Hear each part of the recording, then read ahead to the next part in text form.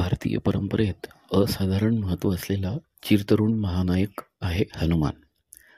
मला एरवी हे पुस्तक माहिती नव्हते, पण मराठीतून सोप्या भाषेत हनुमानाच्या सर्व कथा एकत्रित कोणत्या पुस्तकात आहेत याच्या मी शोधार्थ होतो, तेव्हा मला ॲमेझॉनवर हे पुस्तक सापडले. हनुमानाविषयी परिचित आणि अपरिचित गोष्टी सांगणारे हे पुस्तक शुभविलास यांनी लिहिले असून मराठी अनुवाद वैशाली जुंदरे यांनी केलेला आहे.